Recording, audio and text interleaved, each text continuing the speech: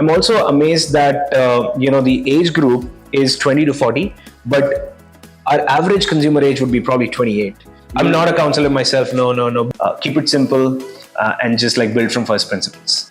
And when we did that, we saw the power of digital health. And when you find people around you who are struggling with mental health, guide them to discover the right care, whether it's therapy or it's maybe a content piece which helps them, a YouTube video which could like teach them something about being more resilient. We are trying to be more of a Apollo for Gen Z and millennials tomorrow.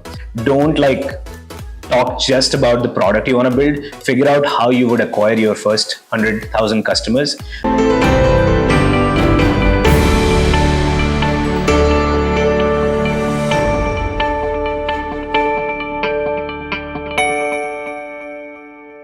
Hello viewers, welcome back to the latest episode on GIBS IRETalks Podcast powered by GIBS Business School, a place where innovation meets inspiration. This is Professor Guru Prasad, the host for today.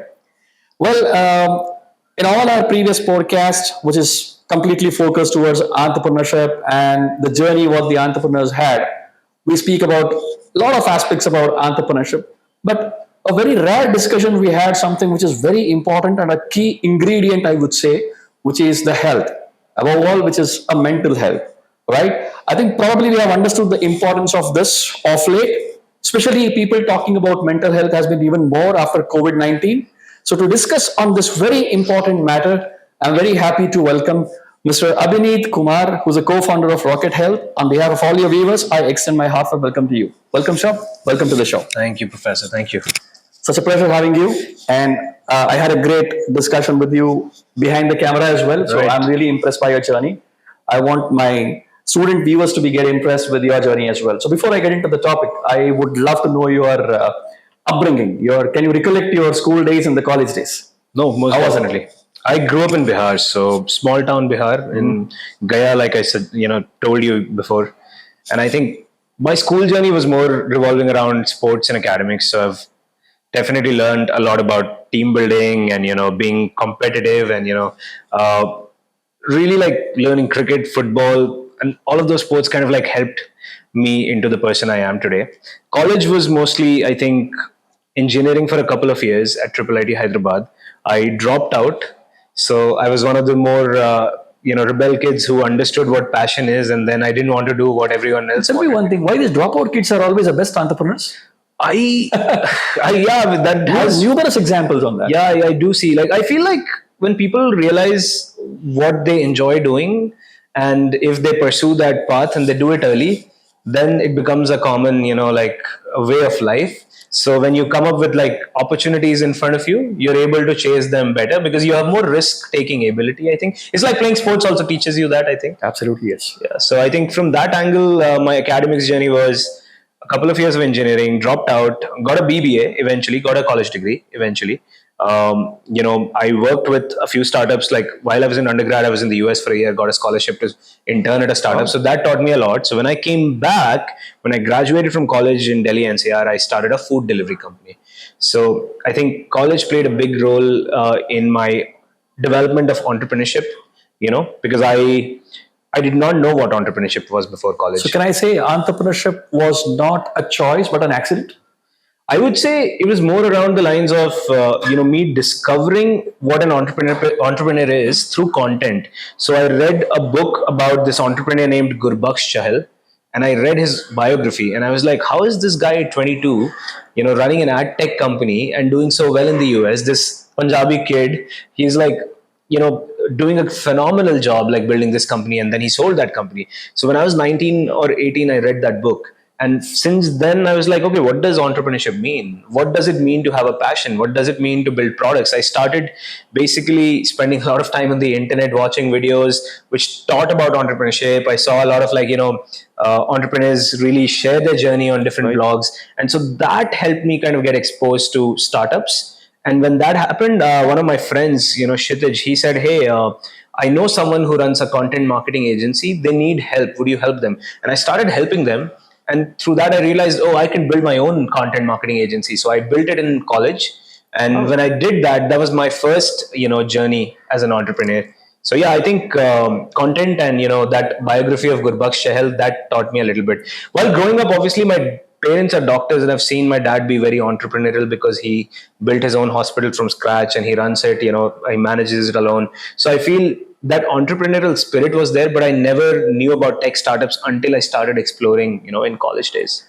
I generally ask this question to all the entrepreneurs who I have done the podcast with. I'll take the pleasure to ask you as well. Yeah. There were two incidents. One, you said you dropped out from the engineering, right? Second, you already had a great corporate exposure, if I'm right. You worked in some of the good companies as well. Right, right. Now, what was your parent reaction? A, on your quitting your engineering. Yeah. B, when you want to quit your job and start something on your own. Right, right.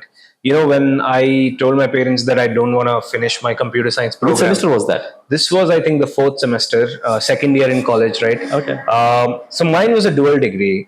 And in a dual degree at IIIT Hyderabad, where I was, it's a very well-known college for computer science now. Yeah. But there it was a bachelor's and a master's. Okay. And you don't get your bachelor's until you finish your master's. Yes, I'm aware of it. Right? And it was not your traditional MTech. Right. It was your master's, which comprises of research. Correct. So if your professor really enjoys the research work you've done and it gets, through the board and gets approved and it's legitimate research, you might graduate your MS in 2-3 years. But I saw a lot of alumni spending 7, 8, 9 years there.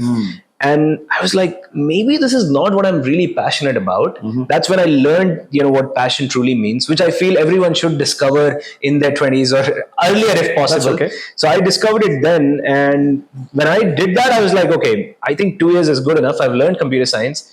I called my dad and I said, this is not going to work out. I can't stay here for 7, 8 years.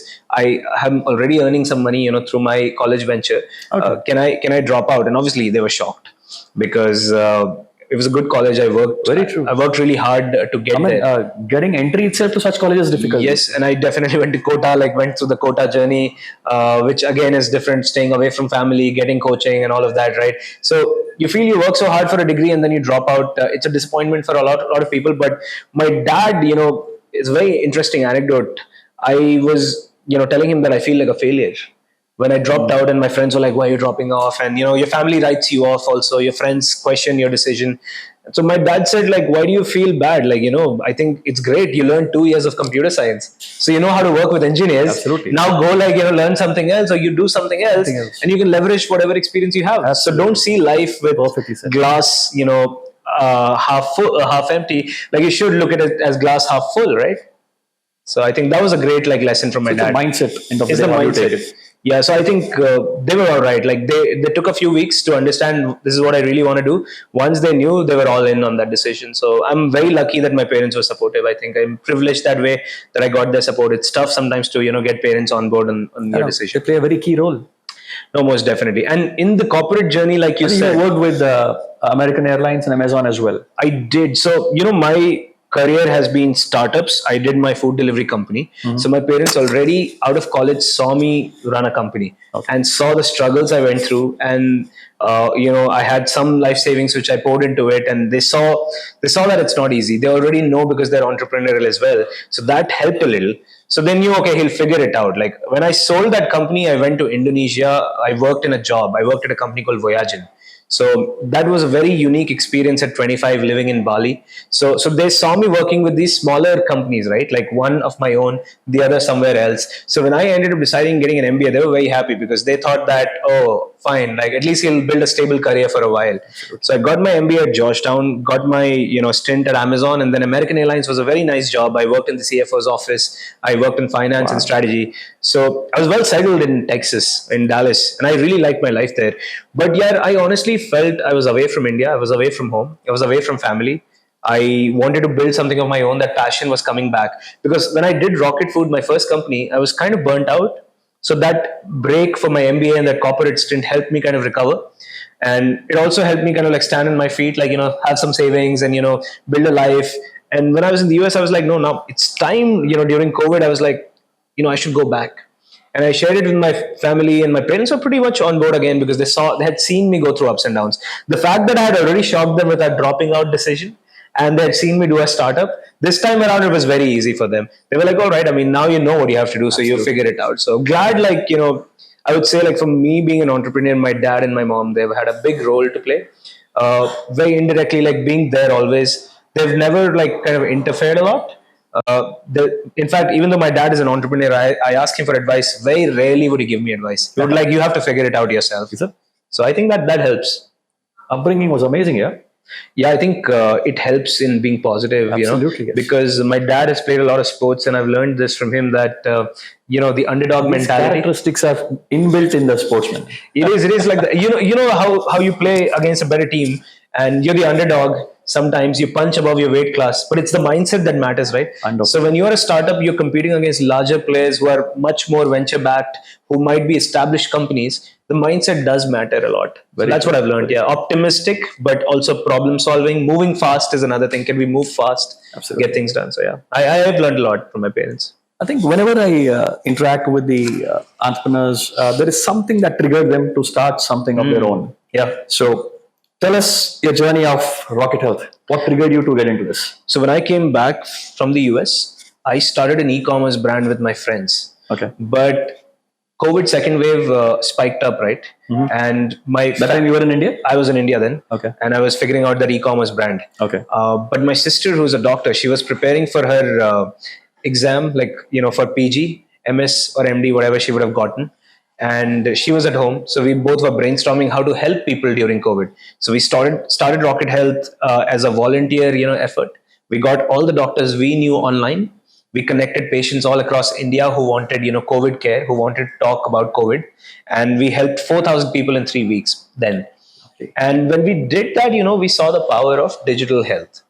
We were like, oh, people can actually take a consult online. That's crazy, right? So we saw the behavior changing. But the other thing which we saw was a lot of these people who we helped with COVID, they required mental health care support. They were all going through something challenging in life. Absolutely. We all went through a lot of challenging times then, right? So we saw that in a small town like Gaya, there was no mental health care infrastructure. There were one or two psychiatrists, no psychologists. And this seemed like a picture of the whole country, where supply was constrained to, major cities, demand was all across. We felt like online could be a way to, bridge that supply and demand gap. So there were no any similar setup by anyone else? Like there were a couple of companies which started, let's say, in 2014, 2015, but more focused on B2B side, right? Okay. And we felt like the direct-to-consumer route, the retail front, which would be different. Okay. Also, most people had built companies with the emphasis that mental health care is kind of blue and white traditional healthcare. The way I think Ritika and we are building Rocket Health is, how can we make mental health care cool? I think it's extremely important today, because if I have to go to a therapist, I should not see it just as traditional healthcare. Like the brand we're building, the content we're creating, the design language we have, the kind of uplifting energy our customer care team has, the emojis they use, right? Every tiny detail matters in how you perceive us as a brand. And the content we create is extremely important, because India tomorrow is shifting, right? Like when Virat Kohli talks about mental health care and his struggles, people see it and they are more vulnerable with their struggles. So I feel like post-COVID, there's been a change. We're trying to drive that change more with our content. We're trying to create content that you can share it with friends, you relate with, you find it to be cool. And I'm seeing some change, right? When I go to like dinner parties today, people are talking about therapy. They're like, oh yeah, I've been to therapy. 10 years ago, nobody would have said that. There's a stigma. I mean, they never used to talk about this. Yeah, they're openly saying, hey, I struggled last year, but I'm feeling better today. And I think that change in mindset as a country, we're seeing that content has had a big role to play also, I think. What's the target market the audience that you're tapping? So you have any restrictions with regard to age or something like that? When we started, we didn't know who our target audience would be. Today, if you ask me who it is, I would say it's 60% from metro cities, 40% from tier 2 and tier 3 India. So it's not like people have this perception that maybe mental health care, is accessed only in Bombay, Bangalore, Delhi, right? The bigger cities, right? It's not the case. No. People in small town Arunachal Pradesh, in Andaman and Nicobar Islands are taking therapy. From Gaya, I've seen people come on our platform and take therapy online from the rooftop sometimes, because they want to be away from family when they are talking to a therapist. So it's spanning across like a lot of major districts in India. I would say 70% women, 30% men. So women today are more, open and eager to take help, versus men. I think we take some time before we feel like we should take help. And I think that's culturally there. It's changing though. 30% men was not 30% men. Earlier it was like probably 15% and 85% women. So with like time, I've seen that shift happening. So I'm pretty amazed. I'm also amazed that, the age group is 20 to 40, but our average consumer age would be probably 28. So Gen Z is extremely excited to talk about mental health care. They are the proponents and ambassadors of mental health care. But younger millennials in the age group of 30, right, they are spending on therapy and psychiatry. Um, I was discussing with you behind the camera. Unfortunately, India still tops the table when it comes to student suicidal death. Right. So you think this should also be catered to the schools and colleges as well? Yeah, I think Have Rocket Health taken an initiative on this? we do some work there. We do support groups which are very accessible and free for almost every college student to attend. So we do it online almost every week. I think we're doing 3 or 4 support groups right now. So we see attendance up to like a few hundred people joining these support groups and discussing about their challenges with a psychologist. Support groups are more in like larger setting, so we can also scale it a little bit more. So we see that. We've seen obviously some colleges invest a lot in mental health care internally and bring in psychologists on board. So I think that's a great step. I'm hoping that more and more colleges would go in that direction as well, and we'll get a chance to work in that space. Today, I think how students access us is directly. When they feel like they're struggling, they come to our website and they either join one of those support groups or they end up taking therapy. So we do see that. We're thinking of kind of launching a discounted product for students because we get a lot of demand from that audience. Absolutely. So, and this is the audience which I think is the most vocal about mental health. So I think that's one way. The other way I think we also believe we should play a role in is creating good content which helps people sometimes use content to learn about how to deal with challenges. Also, sometimes it's not healthcare which I need. Sometimes it's just simple steps which also help me. So we're trying to create more content around mental health as well, which would be helpful to students. Great. I mean, I'm so happy to inform at this point of time that GIBS is on all verge of expansion, and we are planning to start many schools. And one of the schools, we would be focusing on mental well-being. I'd love that. Yeah. I believe this would happen in the next academic year, and I would definitely, at that point of time, get in touch with you. We have to work on something together then. Yeah, for sure. This sounds exciting to me. Right. We felt that's the need of the hour, and I feel it's a moral responsibility of education institute like us to talk about this matter. No, it's extremely important. I think everything starts from school and colleges today. Absolutely. I feel I firmly believe it. Grassroots level education is when we were growing up, I don't think mental health was talked about at all, right? Not at all. The only thing which helped me kind of take care of my mental health for me personally was sports. I don't know what was it for you. Same goes. But there was no conversation around it. But it's changing, I think, with your colleges like yours taking a stance and openly talking about mental health care, to schools today literally understanding the emotional health of school students. I think that change is happening for the better. True. That's good. That's need of the hour, as I said. Yeah. Do you counsel? Do I counsel? I'm not a counselor myself. No. But I've been to therapy as a user, right? I'm not trained to be a counseling psychologist. Yeah. So everyone who comes to Rocket Health, gets access to qualified psychologists who are trained either in counseling therapy, which is talk therapy, or clinical therapy. So these are trained professionals with the right kind of certifications and degrees, and they have years of experience under them. So that's how it works. And even for psychiatrists, they have their MD psychiatry, so they're doctors as well. So I think our thesis around this is: can you build high quality healthcare? The only way we can build high quality healthcare is bringing trained and experienced professionals who are destined for that job, and then pairing them with the right kind of people who need help. But I feel like there are a lot of other community providers of health who do involve not just healthcare, non-healthcare providers to deliver help as well. But that's not been our thesis when we began. Okay. So we are trying to be more of a Apollo for Gen Z and millennials tomorrow. And I think that's the proposition with which we're building Rocket Health. Yeah. I mean, these psychiatrists, what you said, they're all your full-time on-roll doctors. Most of the people who work with us, they're on our payroll, especially with psychologists, it's slightly easier for me to hire them versus psychiatrists who have their own practice and they have a hospital to work at. Right. So they usually prefer more part-time work. But for psychologists, we really like if we can, get them on board on our payroll and, get more help, because I feel some of these psychologists are so experienced, so passionate about the field. They have a lot to give. It's not just, delivering therapy. It's helping us build that clinical oversight, helping us, uphold the quality of care we're doing. A lot of these senior psychologists have a lot of experience, which they can train the younger ones on. In fact, we just launched something called Rocket Academy, where we are upskilling younger psychologists, and some of our senior folks are helping them do that. So I think when we bring them full time, we can take their help in more things. So we try to do that. Even for our users, there's more flexibility then. I can get the time I really want to like take therapy at. So psychologists are more flexible when they're full time versus freelance. Do you recollect any incident? I'm sure you will have many wherein you have felt, this therapy has brought in like a game changer in that person's life. Somebody has called up to you personally and has shared his experience and is very thankful for this wonderful thing. I'm sure you have many such. You recollect anyone? Yeah, I mean, I've seen a lot of close friends. I wouldn't name them, but I would share their experiences who were going through. Like one of my close friends, he was going through a low time in life, like, not hitting a lot of momentum in work. And personally, also, I think he had gone through like a lot of challenges and he took therapy. Kind of skeptical at first, to be honest. And that's fair. I've also taken therapy before and I've been skeptical as well. It's always skeptical to take therapy from a company which is owned by your own friend. That's very cool again.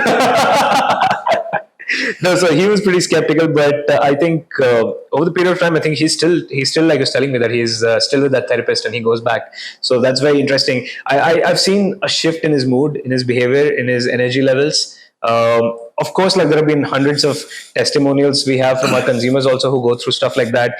I'm telling you, the kind of gratitude psychologists get, it's very rare. It's very similar to how doctors get, right? Absolutely. Because I told you, it's a game changing. It's a game changing thing. Because see, I've also been in spots in my life where I've been low, right? And I know how it feels.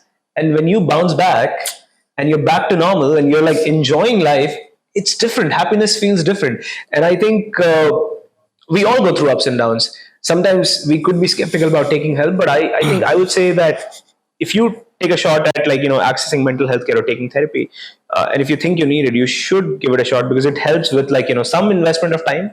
It might not go away whatever problems you're dealing with in a month, but if you give it like a few months with a trained psychologist, I think it could be of help. That's lovely. I mean, your journey has been fabulous. So what's the I would say the mindset right now on your parents? I'm sure they're very happy with the way you have taken it ahead. Yeah, I think my parents, these days, the doctors, I'm sure they're happy that my sister and I ended up building in healthcare versus something else. I think the only thing which they tell us is just keep on building quality healthcare. Healthcare is a little different from other consumer businesses. If you give quality and value, the person might come back more, because they trust you more. Once care is given, you trust that provider and you want to go back to the same hospital, the same brand you took help from. That's it. So I think in marketing, we call it as customer retention. Exactly. So I think retention gets ingrained in the model if we are able to deliver good therapy, journey to like people who come to us. So I do think we do a fairly decent job. I think we've grown as a company. We've grown to 120 people. We have gone upwards of $1 million now in revenue. It's our 3.5 years of being in business. We're profitable. We turned profitable. So unlike other venture-backed companies, I think what we've had a philosophy is build a sustainable company. Can you build to last? Don't build just for the sake of scaling and then you get disrupted tomorrow. So hoping that we're able to continue on this journey. If I can ask you on the numbers, how many of them you have counseled or given a therapy? Till date, I think we've helped more than 50,000 paying users. Fantastic. And our content has reached more than 100 million folks in India right now. Lovely. So in fact, every month, I think we do 7 to 8. I think last month we did 8,000 therapy sessions. So our goal, Guru, is to kind of take that 8,000 number to 80,000 therapy sessions a month over the next few years. I'm hoping that we'll be able to invest into the infrastructure needed. It is the psychologists we need to bring, the technology we need to bring. It's the marketing we'll have to deliver on so that we can scale it 10x now. So we'll see how that goes. So I think at this moment, this would be the right question for you now. So what's in the next bucket list for Abhineet and as well as for the Rocket Health? I'm really excited this year with AI. Okay. So on the bucket list is when I work with my team, I definitely want them to include as much technology and AI in the workflows they're doing. Needed today. We need to do that. It's the need of the hour. Absolutely. It's for survival and it's also for growth. It enables productivity unlock for every individual. So I'm spending a lot of time re-looking at the stuff we do and can we optimize with technology more, especially with AI. I'm also trying to mentor a lot of new folks who have joined my company to leverage these tools because I know if they learn it now, a couple of years later, they have superpowers, right? Like they're already shipping a lot of things which 10% teams would do, today 2 people are doing, right? So I can see that. So we are like investing more in technology. We might launch a product like blended with AI and mental health, still under But wraps you will right now, continue in the same sector. but same sector. We want to do that. So you might see like an AI led product which Rocket Health might launch, kind of a mobile app. We'll see how that goes. Very early days for us. We're brainstorming right now, but hoping the next quarter it'll be out live. Can you also take this to other countries? Can you cross the national borders? So right now, also 8-10% of our audience is international. In fact, amongst them, primary is Indian diaspora, but there are non-Hindi, English, Telugu, Kannada speaking audience too. Like it's non-Indian language speaking audience too. These are Europeans, these are Singaporeans. They all come. You know why? Because we're more affordable. One, and maybe they are married to an Indian, and so the cultural relevance for them becomes very key. So they come to take therapy. But if we do an AI led, thing, probably it'll unlock more growth for us. So we are exploring that. Obviously, the go to market strategy would be like maybe India, but I think international could be one way to grow it. So for sure, I'm excited about this new product we are like developing right now. It's great. I mean, this is a platform which has hosted many entrepreneurs. The ultimate reason is GIBS believes in nurturing tomorrow's entrepreneurs. Right. And I think the India is also poised well and is giving a good support and red carpet to all the budding entrepreneurs. So this has been watched by many of the entrepreneurs who would love to be like Abhineet tomorrow. So what is your tips and message that you would love to give for these young ones? I think you are young too, but your experience is very much mattering. That is what I would say this. I think 2025, India is the best country to be in, especially if you want to build a business and if you want to be an entrepreneur. I think the timing of the technologies culminating together, whether it's AI unlocking productivity, whether it is the consumer market evolving and the willingness to spend changing, all of those factors are combining together. And with India's economy kind of like growing really fast, but still needing more growth in infrastructure development, still needing more growth in new business models to come up, I think this is the best opportunity for you as an entrepreneur or a budding entrepreneur to think of launching in the India market. I would say one thing. I think from an MVP standpoint, don't talk just about the product you want to build. Figure out how you would acquire your first 100,000 customers. Always think lean and frugal, whether you raise VC funding or not. Definitely invest in building a sustainable organization and move fast and break things, because I feel a lot of us get too attached to an idea and we are not able to kind of shift gears when needed. Sometimes you need to pivot if something's not working, and it's all right. So I think don't be too emotionally invested in what your idea is. Learn from the market, learn from the user feedback, and move really fast. Because if we have to kind of compete with China tomorrow, we need more entrepreneurs to come in and create radical technology and more newer products and newer companies, and it has to be done by all of us together. So yeah, I think my message is keep it simple and just build from first principles. Great. Something on the mindset and mental well-being. I would say 2025 is such a fascinating year. A lot of us have gone through mental health challenges, right? We all go through it. Post-COVID, it's become more normal for us to talk about it. Sure. On Instagram, we all are being vulnerable and sharing our emotions and our stories and our posts. So keep doing that. And when you find people around you who are struggling with mental health, guide them to discover the right care, whether it's therapy or it's maybe a content piece which helps them, a YouTube video which could teach them something about being more resilient. I don't know. Basically have that safe space around you so that people can open up to you. So when they need help, that your friend is in need of help. I think that's the only thing I would like to say, because I see a lot of us go through challenges and not able to open up with our friends sometimes even, right? So creating that safe space is what I would recommend you doing for everyone, your family, your friends. You never know what someone is going in their life, and it's okay. Sometimes you have to take a step back from your own highlights and let someone else share their journey and be a listener, I guess. Fantastic. Classic. As we come to an end of this, I would say yet another exciting podcast. I did not give any closing message because the end message that he gave was a perfect wrap to the session. But all I would say, end of the day, is journey is all about ups and downs. You need to manage that. At the same time, don't forget to devote maximum time or give a top priority to your health, especially on the mental health.